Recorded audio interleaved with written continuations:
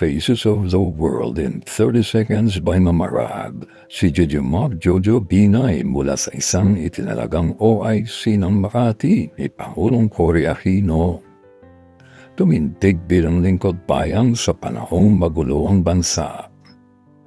Sa ilalim ng kanyang pamumuno, unti-unting hinubog ang Makati bilang bultero ng kaunlaran at malasakit. Bilang MMDA chairman sa panahon ni Pangulong Fidel V. Ramos, hinarap niya ang gulo ng lungsod.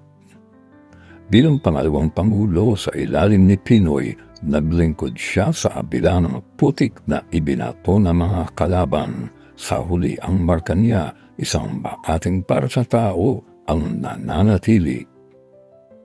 Batanggenyong ibanag yan si Jojo Binay. By Mama Rab.